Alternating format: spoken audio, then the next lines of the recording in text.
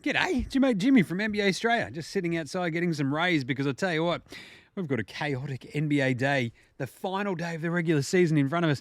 Everything's up in the air. We don't know where anyone is going to finish, basically apart from Boston and Chicago and Atlanta, which is hilarious and wild and silly.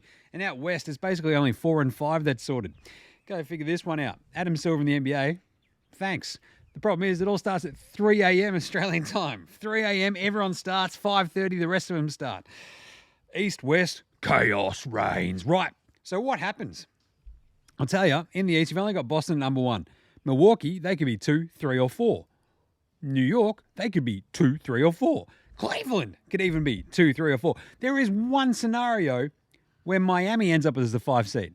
But the 5 seed could also be Orlando, Indy or Philly. I think it lands number 2 New York, 3 Cleveland, 4 Milwaukee, because I think basically everything hinges on Milwaukee, Orlando.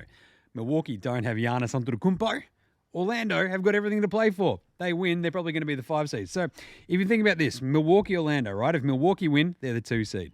If they lose and the Knicks win and Cleveland win, Milwaukee are 4. If they lose, the Knicks win and Cleveland lose, the Bucks are 3. Amazingly, if the Bucks lose and the Bulls beat the Knicks and Cleveland win, Milwaukee's 3, Cleveland's 2, and the Knicks are 4. Can you make heads or tails of that? I certainly can't. It's chaos. Basically, Knicks win, Bucks lose, Knicks get the 2 seeds. I love this. Cavs, they win, the Bucks and the Knicks win, they're the 3 seed.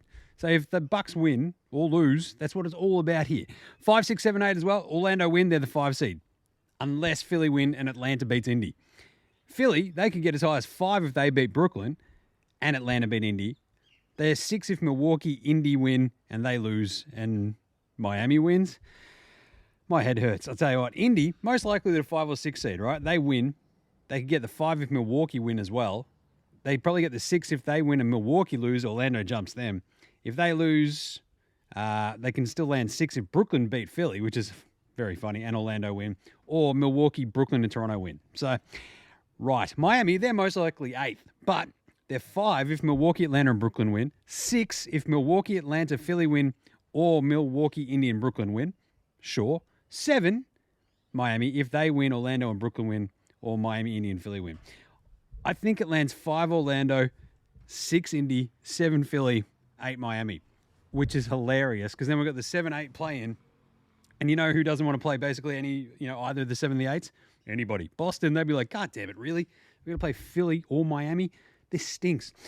What about the West, Jim? I can't hear you ask. OKC somehow wins the tiebreaker if they all end up tied and they all win. So you got 1, 2, 3, right? You got OKC, you got Minnesota, and you got Denver. If they all win, OKC come out on top. No, this has never happened before where they've gone into it with 3 ties. The thing is, they don't win the head-to-head. So if the Thunder beat the Mavs and somehow Denver cook it against Memphis, Minnesota jumps OKC if Minnesota wins. If Minnesota loses, sucked in, it's OKC. I think it's Denver still maybe jump OKC with the head-to-heads. It's absolutely insane, right? If all 3 teams win, it goes OKC, Minnesota, Denver. I think that happens because the other 3 teams, Dallas haven't got anything to play for. They'll rest their dudes ahead of their playoff series. They're already locked in 4-5. Minnesota, that's a fun game against the Suns. You want to win that. I'll tell you what, Denver, they're playing Memphis, a.k.a. the Memphis Hustle, featuring nobody at this point. But they are featuring Jack White. Dun, dun, dun, dun, dun, dun. 6-7. Because 4-5 set. New Orleans, if they beat the Lakers, they're 6. Simple as that. If the Suns lose in Minnesota, the Pelicans actually still get the 6 seed as well. So it's not that simple. If New Orleans lose and Phoenix win, the Suns get the 6 seed and the Pelicans go into the play-in at 7. They can't. Neither team can finish lower than 7. So then we go 8, 9, 10. You got the Kings, Lakers, Warriors. If the Lakers win and beat New Orleans, they're 8. Cool. Ripper.